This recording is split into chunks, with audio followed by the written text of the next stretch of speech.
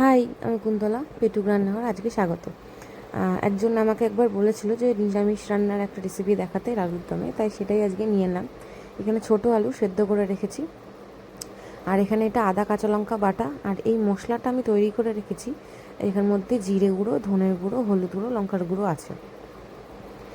আর আমি এর ওপর দিয়ে কিছুটা পোস্ত অ্যাড করলাম, যেটা আমি পেস্ট করে নেবো। জানি সবার মনে হচ্ছে যে গুঁড়োটা আবার পেস্ট করার কি দরকার, বাট একবার এভাবে ট্রাই করো, আমার কথা শুনে খুবই ভালো লাগবে খেতে। এরপর তেলের মধ্যে আমি ফোড়ন করে নিয়েছি শুকনো লঙ্কা, তেজপাতা আর গোটা জিরে, সাদা জিরে।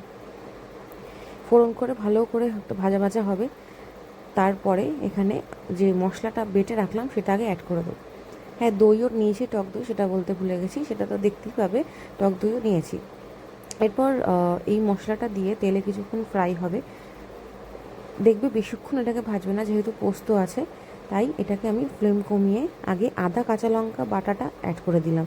এখানে সামান্য পরিমাণে আদা আমি নিয়ে, কাঁচা লঙ্কার ঝাল বেশি ব্যবহার করছি না, এবং সামান্য পরিমাণে বেটে নিয়েছি, নিয়ে মশলা ধোয়া জলটা অ্যাড করে দিলাম।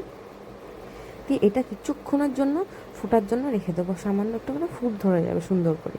তারপরে এটার মধ্যে হালকা না, আমি কাশ্মীরি লঙ্কা গুঁড়ো ব্যবহার করেছি অনেকটাই, আসলে পরিমাণটা 3 কিলো ছিল আলুর, সেই জন্য অনেকটাই মশলা ব্যবহার হয়েছে। এরপর কাশ্মীরি মির্চটা দিয়ে একটুখানি নাড়াচাড়া করব। কাশ্মীরি মির্চের কালারটা খুব ভালো আসে দইয়ের কোনো রান্নাতে, স্পেশালি কাশ্মীরি মির্চের কালারটা খুব সুন্দর ফোটে। এরপর সামান্য নুন দিলাম, কারণ এরপরে দইটা যেহেতু অ্যাড করব, তাই ওটা আগে নুনটা দিয়ে কিছুক্ষণ নাড়াচাড়া করে নিলাম।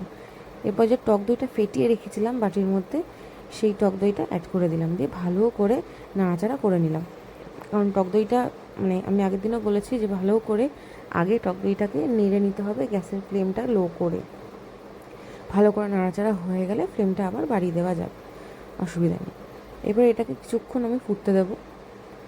আমি এখানে গুড় ব্যবহার করেছি, চিনি থাকলে চিনি ব্যবহার করো, যেটা ইচ্ছা।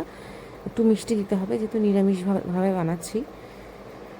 গুড়টা অ্যাড করার পরে এটাকে পুরো শুকোনোর দরকার নেই, কারণ আলুগুলোর মধ্যেও মশলা ঢুকতে হবে। তো আলুটা আমি তারপর অ্যাড করে দিলাম, দিয়ে ভালো করে একটু মিশিয়ে দিলাম। আলুটা ভালো করে মিশিয়ে নিয়ে এর মধ্যে মশলা ধোয়া জলও আমি কিছুটা অ্যাড করেছি, দিয়ে কিছুক্ষণ ভালো করে সুন্দর করে এটাকে ফুটতে দিতে হবে, যাতে মশলাটা ভালো করে আলুর মধ্যে ঢুকে যায়। এটা কিছুক্ষণ নাড়াচাড়া করে ব্যাস, আর কোনো অসুবিধা নেই। এটাকে বেশিক্ষণ কিন্তু রেখে দেওয়া যাবে না, কারণ যেহেতু পোস্ত আছে তলায় লেগে যেতে পারে, তাই ওটাকে কন্টিনিউয়াসলি নাড়াচাড়া করে যেতে হবে। একটু শুকিয়ে গেলে তেলটা হালকা করে উপর দিকে উঠে আসবে, ব্যাস একদম পুরোপুরি রেডি। এটা আজকের রেসিপি তোমাদের সাথে শেয়ার করলাম। তোমাদের কেমন লেগেছে সবাই আমাকে অবশ্যই কমেন্ট করে জানিও। একবার বাড়িতে ট্রাই করে বলো। সবাই ভালো থেকো, সুস্থ থেকো। আবার একটা নতুন রান্নার ভিডিও নিয়ে সবার সাথে দেখা হবে। চলো, বাই।